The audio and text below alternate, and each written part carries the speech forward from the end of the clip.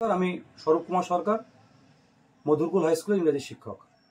তো আমি রিসেন্ট কিছু সাক্ষাৎকার নিচ্ছি রাজ্য তথা জেলায় যারা মেধাতে এলাকায় আছে আর কি। তো আমি বর্তমানে আছি চালতিয়াতে। মুর্শিদাবাদ জেলার যে মেধা তালিকা, আমি আগের ভিডিওতেও বলেছিলাম যে দুটো মেধা তালিকা হয়েছে, একটা রাজ্যভিত্তিক মেধা তালিকা এবং জেলা ভিত্তিক মেধা তালিকা। সেই মুর্শিদাবাদ জেলার মেধা তালিকায় তৃতীয় স্থান অধিকার করেছে আদ্রিতা দাস বিশ্বাস। আমি তার বাড়িতে আছি, বহরমপুর চালতিয়ায়। তো আমরা একটু আদ্রিতার সঙ্গে কথা বলবো, ওর প্রিপারেশন সমস্তটাই জানবো আর কি ওর সম্বন্ধে। এবং আপনারা আদ্রিতার যে ঘরে আছে সেই ঘরে প্রচুর বই আছে আর কি, তো সেই সম্বন্ধেও জানবো। আপনাদের ক্লাসটা একটু পুরো ঘরের ভিডিও আমি লাস্টে থাকবে আর কি, আপনারা দেখবেন আর কি। তো এই পরিবেশটা কেমন আদ্রিতা বলো? তোমার বাবার এই যে বইয়ের, আমার তো বেশ ভালো লাগছে। আমি যেহেতু একটু একটু হলেও বই পড়তে ভালোবাসি, আমার একটা লাইব্রেরি আছে ছোটখাটো। তো এই পরিবেশে তোমাকে কতটা হেল্প করেছে তোমার এই বাবার? আমি ছোট থেকে বাবাকে পড়ালেখা করতে দেখেছি, বাবাও পড়েছে, বাবা আমাকে সাহায্য করেছে পড়াশোনায়। মানে এই পরিবেশে আমার বড় হওয়া, তো এই পরিবেশের প্রভাব তো আছে আর কি, ভালোভাবে প্রভাব ফেলেছে আমার পড়াশোনা বা আমার যা ছাত্র জীবনে। এই ঘরটার প্রভাব অপরিসীম আর কি। তো তুমি ক্লাস 5 থেকে 10 পর্যন্ত তুমি স্কুলেই পড়েছো। তো স্কুলের নাম কি? আমার স্কুলের নাম গোড়াবাজার শিল্প মন্দির উচ্চ বালিকা বিদ্যালয়। তো মাধ্যমিকে তোমার কিরকম নম্বর ছিল? মাধ্যমিক দিয়ে শুরু করি আর কি। হ্যাঁ, মাধ্যমিকে আমি 658 পেয়েছিলাম, 94%।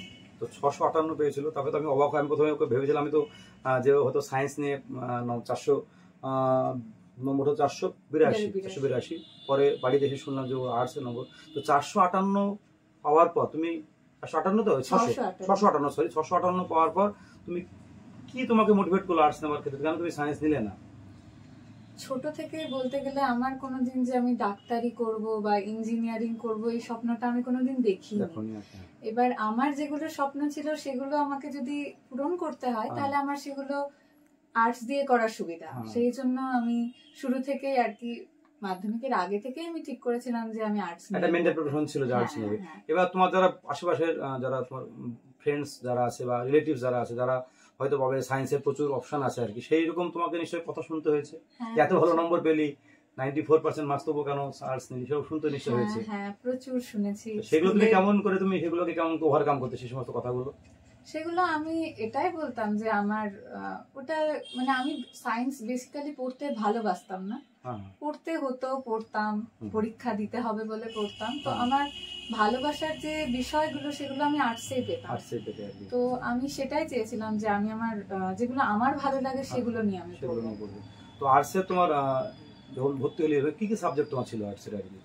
আমার বাংলা ইংরেজি তো সবারই থাকে, আর আমার ছিল হচ্ছে দর্শন, ইতিহাস, ভূগোল আর কম্পিউটার অ্যাপ্লিকেশন। হ্যাঁ, যেটাকে পরবর্তীকালে বিসিএ বা এমসিএ করলেও করা যায়, সেটা সেই কম্পিউটার অ্যাপ্লিকেশন আর কি। তো এবার তোমার মার্কস গুলো যদি বলো আর কি, কোন সাবজেক্টে কত পেয়েছো আর কি? আমি ইংরেজিতে 97 পেয়েছি, দর্শনে 99 পেয়েছি, ভূগোলে 98 পেয়েছি, কম্পিউটার অ্যাপ্লিকেশনে 97 পেয়েছি, ইতিহাসে 91 পেয়েছি। আর বাংলা আমার 4th সাবজেক্ট হয়ে গিয়েছে, বাংলাতে আমি 87 পেয়েছি। 87 পেয়েছো। তো তোমার এই এতগুলো সাবজেক্ট সবথেকে তোমার ফেভারিট সাবজেক্ট কোনটা? ইংলিশই আমি পড়তে বেশি ভালোবাসি। ইংলিশ দিয়ে আমি একটু সাবজেক্ট ওয়াইজ প্রিপারেশন জানবো। ইংলিশের প্রিপারেশন তুমি কেমন করে নিয়েছিলে, তোমার যদি একটু বলো আর কি। আমি ইংলিশের ক্ষেত্রে আমি সব সাবজেক্টে যেটা করতাম, আমি বই মানে টেক্সট বইটা ফুটিয়ে পড়তাম, একদম লাইন বাই লাইন ধরে। হ্যাঁ, ওইটা মানে যাতে শর্ট প্রশ্নে আমার কোনো সমস্যা না হয়। তারপরে বড় প্রশ্নটা বেশ কিছু বই থেকে, রেফারেন্স বই থেকে বা গৃহ শিক্ষকের সাহায্যে। তোমার কতজন গৃহ শিক্ষক ছিল? সাবজেক্ট ওয়াইজ ছিল? হ্যাঁ, সাবজেক্ট ওয়াইজ ছিল একটা করে। তো ইংরেজিতে তোমার মানে টেস্টের পর তুমি নিশ্চয়ই প্রচুর সেট প্র্যাকটিস করেছিলে, 90 নম্বরে যেরকম টেস্ট দিয়েছিলে? হ্যাঁ, ওটা তো ছিল, সময় ধরে প্র্যাকটিস করা, ওইগুলো প্র্যাকটিস করতাম। তোমার ইংরেজিতে তোমার যে টেস্টগুলো ছিল তার মধ্যে তোমার স্ট্রং রুটস তোমাকে কতটা প্রভাবিত করতো? স্ট্রং রুটসের উইংস অফ ফায়ার, আব্দুল কালামের যে, ওটা তো একটা আলাদা, মানে ওটা খুব গভীরে ঢুকে আমি পড়েছিলাম এবং খুব বুঝে বুঝে পড়েছিলাম।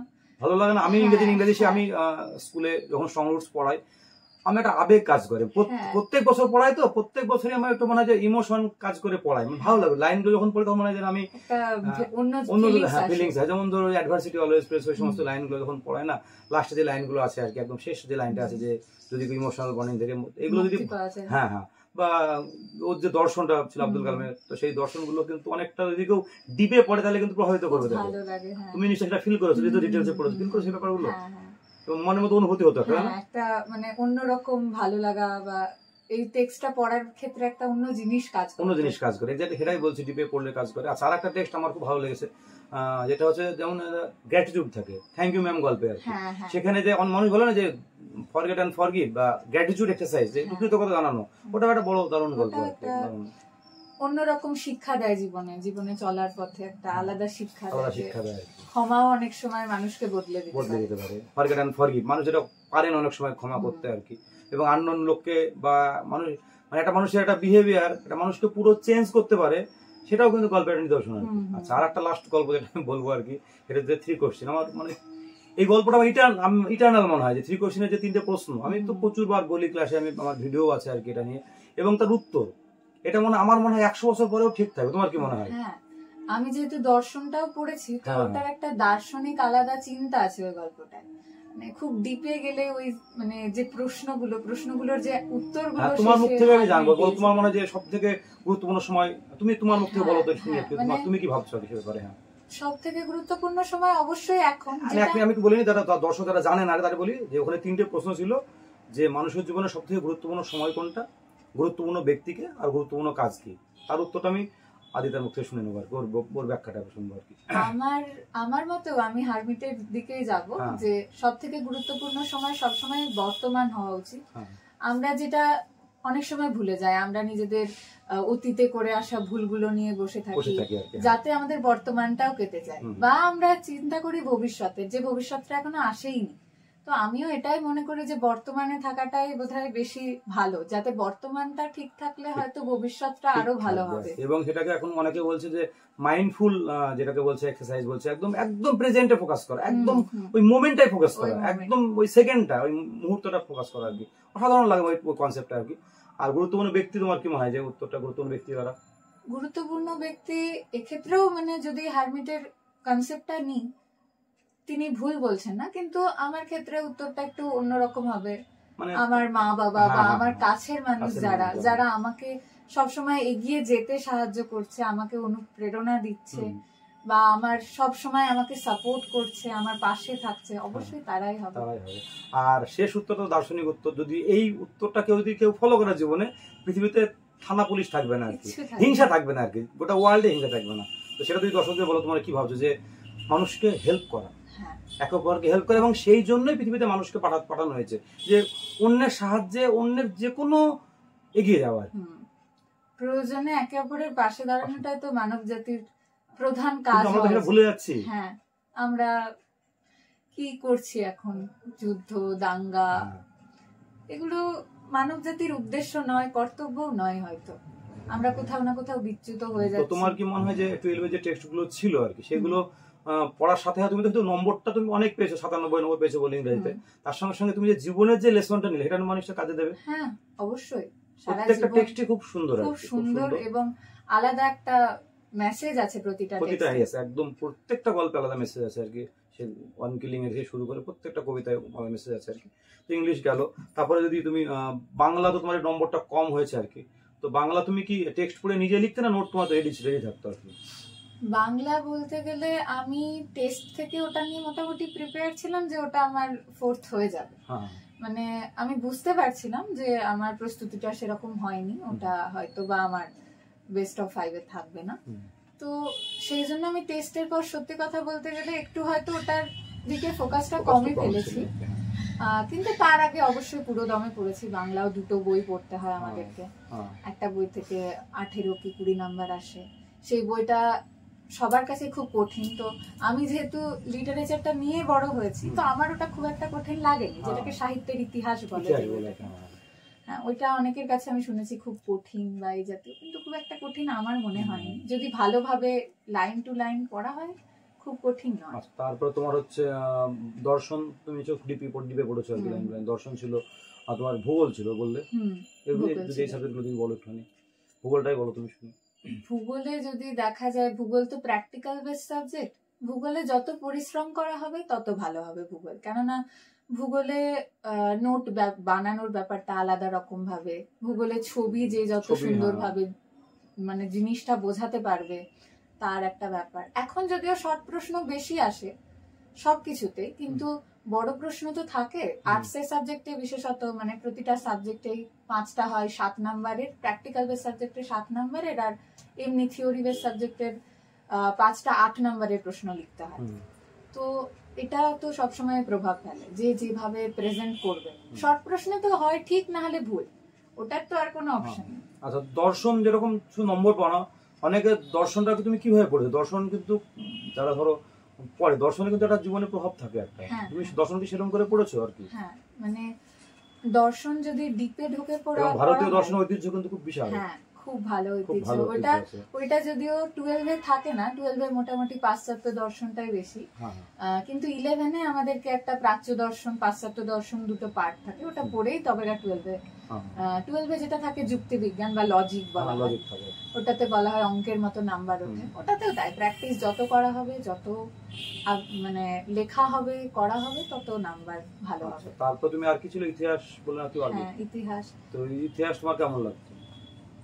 ইতিহাস আমার খুব পছন্দের সাবজেক্ট, আমি খুব পড়তে ভালোবাসি ইতিহাস, কিন্তু ইতিহাসের ক্ষেত্রে যেটা হয়, অবশ্যই আমার ক্ষেত্রেও যদি দেখেন, মানে ইতিহাসে বড় প্রশ্নের ক্ষেত্রে কোথাও হয়তো হয়ে যায়। আমার ক্ষেত্রেও যেটা হয়েছে, মানে আমি ওটার ঠিক সন্তুষ্ট বলতে পারি না ওই নাম্বারটা নিয়ে। আর কি সাবজেক্ট তোমার ছিল? কম্পিউটার। ওটা তুমি এর সঙ্গে তুমি ওটা কেমন নিলে? তোমার কোনো পরবর্তীকালে? আমার আসলে কম্পিউটার অ্যাপ্লিকেশনটা আমি 4th সাবজেক্ট হিসেবে নিয়েছিলাম, মানে যেটা লিখিত 4th সাবজেক্ট হয় সেটাই আমার কম্পিউটার অ্যাপ্লিকেশন ছিল, কিন্তু নম্বরের জন্য বাংলা হয়ে গিয়েছে। তো ওটা ওই হিসাবে রাখা, যে এখন তো কম্পিউটার ছাড়া আমরা চলতে পারবো না, দৈনন্দিন জীবনে কম্পিউটারের একটা অপরিহার্য ভূমিকা আছে, তো সেই হিসেবে সেই ভেবে আর কি কম্পিউটার। আচ্ছা, তো গেল মাত্র। এবার তোমার পরের লক্ষ্য কি ইচ্ছা তোমার আর কি, যেটা দিয়ে তুমি আর্টস নিয়েছিলে আর কি? হ্যাঁ, তো অবশ্যই মানে যেগুলো কম্পিটিটিভ এক্সাম তো দিতেই হবে আর্টস এ। তুমি কি নিয়ে পড়তে যাবো আর কি? আমি এখন ভর্তি হব ইংলিশ নিয়ে, তবে আমার আইন নিয়ে পড়ার একটা ইচ্ছা আছে। তো আপাতত ইংলিশ অনার্স নিয়ে পড়ার ইচ্ছা আছে। কোথায়, বহরমপুরে ইচ্ছা আছে না বাইরে যাবে? না, কলকাতায় ইচ্ছা আছে। কলকাতায় যদি সুযোগ পাই তো কলকাতায় চলে যাব। এন্ট্রান্স হয় বা কোনো রকম যদি নম্বর নম্বরের বেসিসে সেরকম করে মাথায় কিছু আছে যে লেডি ব্রাভন না হলে কোথায়? হ্যাঁ, বেথুন বা লেডি ব্রাভন এগুলোই প্রায়োরিটি আছে আর কি। তো এবার তোমাকে বাড়ির বাইরে থাকতে হবে, সেরকম কিছু মেন্টাল প্রেশার হচ্ছে যে আমাকে এতদিন বাড়ির বাইরে থাকতে হবে?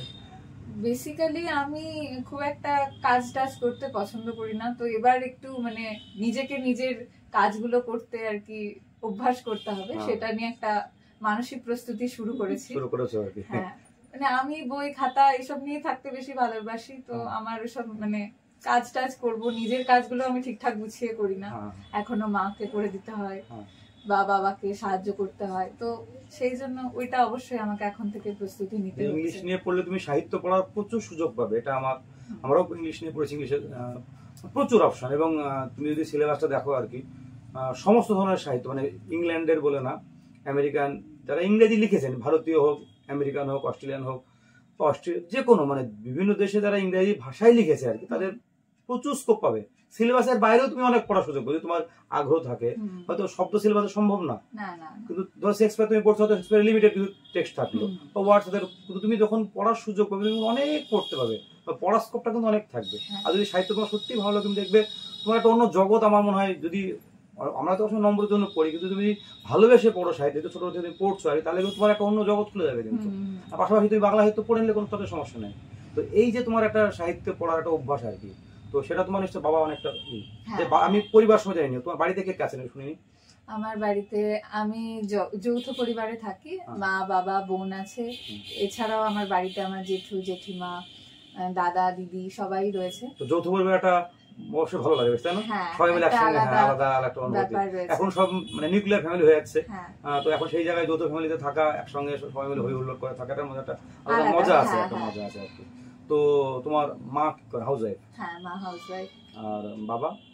বাবা এমনিতে সরকারি কর্মচারী, কোঅপারেটিভ ডিপার্টমেন্টের। আর তাছাড়াও বাবার প্যাশন, যেটাকে বলি আমরা শখ, সেটা হলো লেখালেখি করা। তো দেখছি প্রচুর পুরস্কার আছে এবং প্রচুর বই ঘরে আছে আর কি। তো বাবা ছোট থেকে লেখালেখি করেন নাকি? হ্যাঁ, বাবার মোটামুটি ছাত্র জীবন থেকে বিজ্ঞান আন্দোলনের সাথে যুক্ত ছিল। এমনিতেও বাবার লেখালেখি এখন প্রাবন্ধিক হিসাবে বেশ ভালোই পরিচিতি রয়েছে। তো সেটাও আমাকে কোথাও না কোথাও অনুপ্রাণিত করে সাহিত্য পড়ার। তুমি কি কিছু লেখালেখি করো?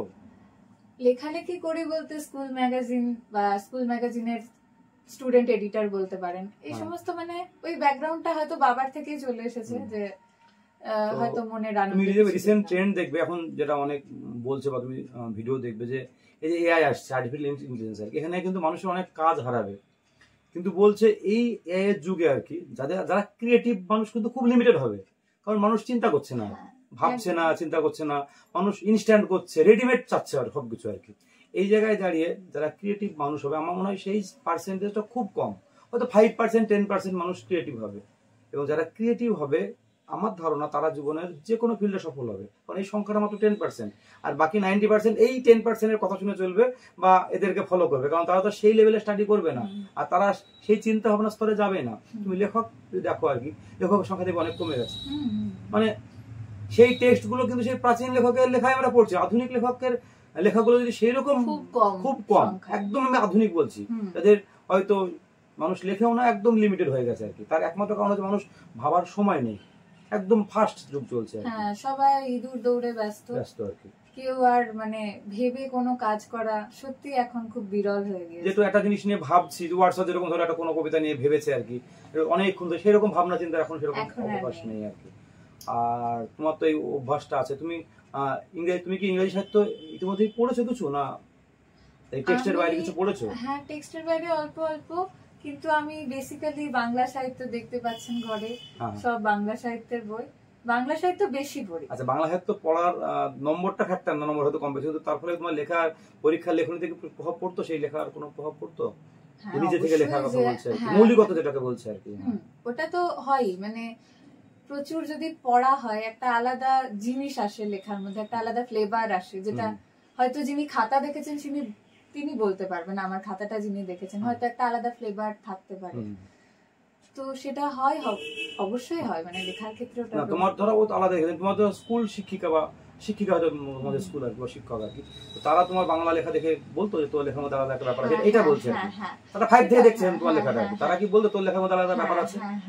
মানে আমি হয়তো ইনস্ট্যান্ট কিছু বলা হলো আমি সেটা সম্পর্কে লিখে ফেলতে পারতাম বা বলতে পারতাম, যেটা অবশ্যই আমার এত সাহিত্য পড়ার বা বাবার থেকে প্রভাব। আচ্ছা, এবার ইংলিশ অনার্স পড়ার পর তারপর তুমি কি ভাবছো পরবর্তী? আমার আইনটা একটা, মানে আমি লটাকে একটা সেকেন্ড অপশন হিসেবে রাখছি। ক্ল্যাট দিয়ে এনএলইউ বা ন্যাশনাল ল ইউনিভার্সিটি যেগুলো, সেগুলোর এন্ট্রান্স এক্সাম ক্ল্যাট, ওইটা যদি ক্র্যাক করতে পারি তাহলে সেক্ষেত্রে আমি ল পড়ব। তো ওটা পড়লে তো অবশ্যই ল পড়ে লয়ারটা ইচ্ছা নয়, হয়তো জুডিশিয়ারিটাই চেষ্টা করব। সেখানে তুমি তো সিভিল সার্ভিসও দিতে পারো। হ্যাঁ হ্যাঁ, সেখানে ওখান থেকে জুডিশিয়ারি যাওয়া যেতে পারে, ইউপিএসসি দিলেও সেখানে যাওয়া যেতে পারে, এই দিক থেকেও যাওয়া যেতে পারে, ওই দিক থেকেও যাওয়া, এরকম তোমার একটা ইচ্ছা আছে আর কি। আর বাকি পড়ার বাইরে শখ বলতে পড়া তাছাড়া ছবি আঁকা, গান করার কোনো শখ আছে তোমার? হ্যাঁ, আমি গান শিখেছি, গান করি, গান শুনতে ভালোবাসি, এগুলোই। আর মানে গান করতেও ভালোবাসি। তো খালি গলায় একটা গান হবে নাকি, 2 লাইন 2-3 লাইন আর কি হোক, তোমার যেটা সব থেকে প্রিয় গান শুনি। সামনে রবীন্দ্রনাথ ঠাকুরের জন্মদিন গেল, তাদের সেরকমই একটা গাইছি। অবশ্যই অবশ্যই। আমার প্রাণের মানুষ আছে প্রাণে, তাই হেরে তাই সকলখানে। আমার প্রাণের মানুষ আছে প্রাণে, তাই হেরে তাই সকলখানে। আছে সে নয়ন তারায়, আছে সে নয়ন তারায়, আলোক ধারায় তাই না হারায়। ওগো তাই দেখি তাই যেথায় সেথায় তাকাই আমি, যে দিক পানে প্রাণের মানুষ আছে প্রাণে, তাই হেরে তাই সকলখানে। ঠিক আছে, তো তোমার ভবিষ্যৎ জীবনের অনেক সাফল্য কামনা করি, তোমার লক্ষ্য পূরণ হোক। একটু অন্যরকম সাক্ষাৎকারটা হলো আর কি, কারণ বাড়ির পরিবেশটাই এরকম আর কি, সাহিত্য বইয়ের পরিবেশ। তো পড়ার অভ্যাস কমে যাচ্ছে, বই পড়ার অভ্যাস কমে যাচ্ছে। তো আমিও এই বাড়িতে ঘরটায় এসে আমি অনেক ভিডিওতেই বলি যে বই পড়ার অভ্যাসটা আমার ছিল ছোটোবেলায়, মোবাইলের জন্য নষ্ট হয়ে গেছিলো, সেটা আবার কষ্ট করে ফিরে আনার চেষ্টা করছি। তো এই বাড়ির পরিবেশটা আমাকে আবার অনুপ্রাণিত করলো। তো অনেক ধন্যবাদ তোমাকে, তোমার স্বপ্ন পূরণ হোক এই বলে নমস্কার।